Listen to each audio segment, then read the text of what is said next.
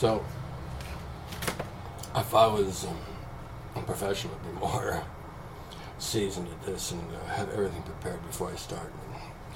I get these brain waves, and I feel this compulsion and need to communicate them at the end. So, please forgive me for being rather impromptu about this, but I made a discovery. It's a medical discovery. It's a mental health discovery.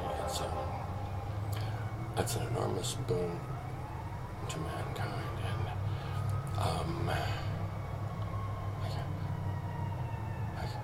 so let me explain to you. And it's not just one instance. I've seen this occur. You need to understand that I've seen this occur thousands of times, but always reasoned myself out of this deductive reasoning, forced beyond measure to conclude that the tenet is solid. And let me explain this to you if you got a minute or two. So, I have this customer and kind of acquaintance, sort of friend, like I wouldn't count on him for anything, but I mean, he shows up once in a while, and he's always sad, depressed, and nothing's ever going to turn out for him, and he's about 50, 55, looks about 85, and is always, nothing's ever going to work, and, smoking dope, and just never getting anything done, never going anywhere, and never accomplishing anything. And drinking, and doing crack, and, wondering why his life doesn't work. Anyway, so, all by himself, about a month ago, 2 months ago now, he quit the crack and cigarettes, if you can believe it. I understand he's not doing all that well with his cigarettes. He has rationalized himself back into, a couple cigarettes a week. But anyway, that's not what this startling thing is, because that's going to make a difference for anyone. But he was, during this month and a half, he was always, still unhappy, but, nothing was ever going right. The last 2 times that I've seen this individual, not a complaint in his head, things are happening for him. And the first time he told me, I said, what's going on? He says, I got a girlfriend in life. And I said, I was dreaming, this individual has, if he could take a girl out to a movie on a subway, that would be a huge thing for him. Understand it? And so I know she's certainly not after any material stuff this guy's got, and he's never presented me as being anything but an intensely depressed individual, like somebody I would want to hang around with for longer than an hour for sure. And it's the truth, he knows it doesn't stay long. But the last 2 times I didn't mind hanging around with him, and the only difference in this man's life is he has some woman that he gets to play with every once in a while. He's not living together, nothing, just is interested in him. And maybe even romantically interested in him. And he's just interested to have somebody interested in him. It's turned, if we had a tone scale, let's say, going up, it's 0 to 100. And 100 being optimum and 0 being pre-death. John would have been about a 3 on a very good day. And last time I saw him, he would be about a 17. It's a huge gain in a week. And I'm not sure if he's drinking anymore, but he's not drinking much. I don't think he is. I haven't seen him drunk once, and he was always, every time I saw him, he had a beer in his pocket. And there's one in his knapsack. So he has somebody interested in him.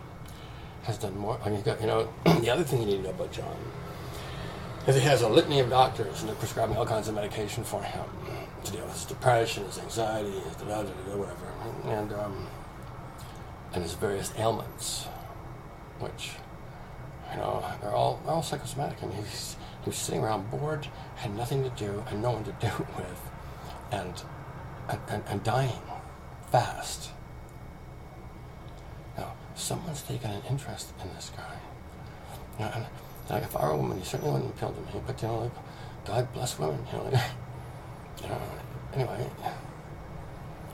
And he really likes her, and it's made an entire, huge, tremendous 180-degree turnaround in this man's life experience and in the vitality that he has, that he walks with.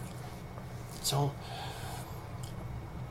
this isn't something that's empirically definable or quantitatively measurable, other than through the subjective reasoning of the analytical individual that's observing it. But the absolute stellar difference is so startling as to be obvious to any 8-year-old child. A retarded 8-year-old child would notice the difference. So, you've got huge healing properties inside yourselves. Use them. For God's sake, make each other happy. This is rocket science to you.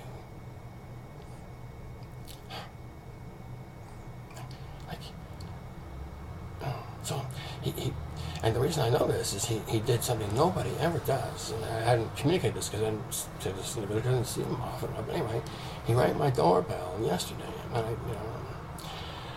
I was not prepared for it. I didn't register, so I didn't even remember what day it was. So I answered the doorbell and saw, on the way down to bring him in. I said, don't ever call me on Sunday again. Just don't do it. I'm not gonna. I'm just gonna give you something. I'm not gonna do any business today. So, it's because you didn't know. And I already answered my doorbell, so I won't be rude. Anyway, the thing is, I saw this yesterday, and my heart just exploded. I don't know what to do with all this stuff. And so,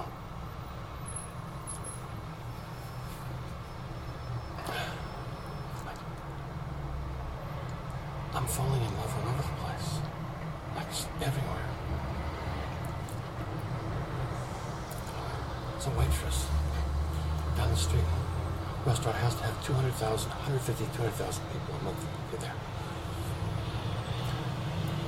I had been there 3 times, and in the last 3 times in a row, within about a week period, 2-week period. She remembers me. She remembers what I like to eat and drink. And she misses me when I'm gone. And I'm thinking, there's 200,000 people coming here.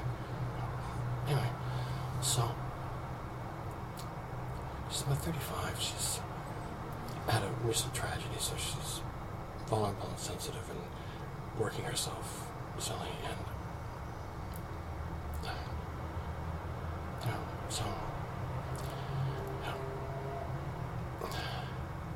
I touched this girly arm. I said, it's not going to be this way for her. And she practically melted on the spot, and then so I just feel like I don't know what to do. I'm thinking,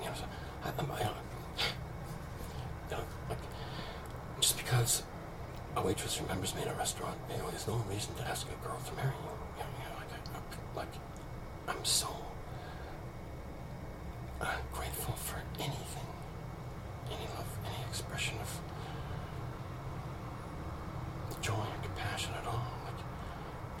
it's like an instant love with me.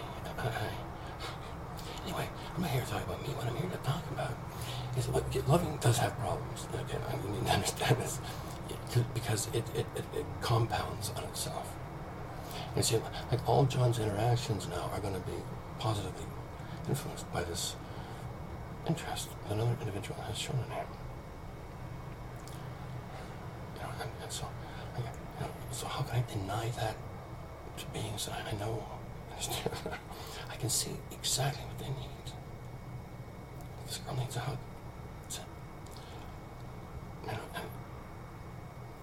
anyway, so when she needs a hug, I'm ready to ask her to marry me. I've never been here before, and I don't really know what to do. But I'll tell you, loving is an amazing, amazing phenomenon, and it's very healthy for people. It's really, really good for you, and it feels good, and that's good. Even hurting, like even missing love, it's an agony and a gruesome torment and torture. But I don't know anyone, including myself, who would not willingly go through it forever for one's loved one. Understand me? So, and it's not necessary to go through it forever. Life is not a torture chamber. It wasn't designed to be this way. I kind of turned it into that one, I guess. But anyway, the thing is, I want to turn it back out of that now, and it's time for you to come home. This is the last day. It's going to last about another 19 years. Everything's coming out in the wash. Nothing's going to be hidden. Give up your secrets now. Make it easy for everyone, please. Tell the truth. Worship the truth. It's inside of you. I promise. And you know what? If you do this, and John did this a little bit, he had to do a bit of truth worshiping about himself because he had to quit the cocaine, and that was good. And he quit cigarettes too, for the most part, and that was a challenge, a huge challenge for him, and the booze too. And so, in the process of doing that, he's confronted some truth about himself, and created a little discipline. And my God, it's an entirely different individual. Proof. 2 weeks. 2 weeks. The rest of his life is altered. Because somebody trusted in him. Somebody paid some attention to him. And it wasn't for something he had. It's just for him. It's all he's got. It's him. Yeah. So, I'd be grateful. And my goal is to have 7 billion people not lonely anymore. At all. More love you can handle in your life, wherever you are. But, like John, there's a few things you gotta do first. You gotta get a grip on the truth of yourself. You got to. And the only way to do that is worship the truth to start with. And all kinds of other things will be added onto you, but you need to start with this. Like your life depends on it, because it does. John's does. John's did, and he wasn't even trying for this. Like he did. This is a completely unexpected boon for him. But I'm here to tell you that you can have his boon too. Doesn't take a whole lot, but you gotta start and be rigorous, because your life depends on it, and so does the life of everyone else on this planet. Depend on the decisions you make about you today. It's the truth. But for now, just get this clear. If you worship the truth, I'm not saying this will happen for you. Like, John didn't do a whole lot of truth worshiping in his life. Like, I've never seen anybody get this type of benefit with such little effort. Like, he quit fucking himself up. About 2 months ago, he got clear that he wasn't feeling good for years. I've known him for about 3 years, and he hasn't felt good for the whole 3 years. Been depressed. A thing going on, an imaginative quirk in his fucking head. he would bore a fence post. And now he's a lively, interested individual. Just takes a little to prime the pump. And then, like, now he's got the pump happening, and he's happy, like, there's no way he's gonna get drunk now. Unless you use them, maybe, I don't know. But you understand, like, the thing is that there's a possibility, just a possibility, a slim possibility. He's only known her for 3 weeks, maybe a month. A slim possibility of companionship and fun and a friend and a lover in a person's life. Transforms the air they breathe into a nutrient. Spirit's nutrient. So find somebody to love today, will you? But start with yourself. Worship the true. And be like John.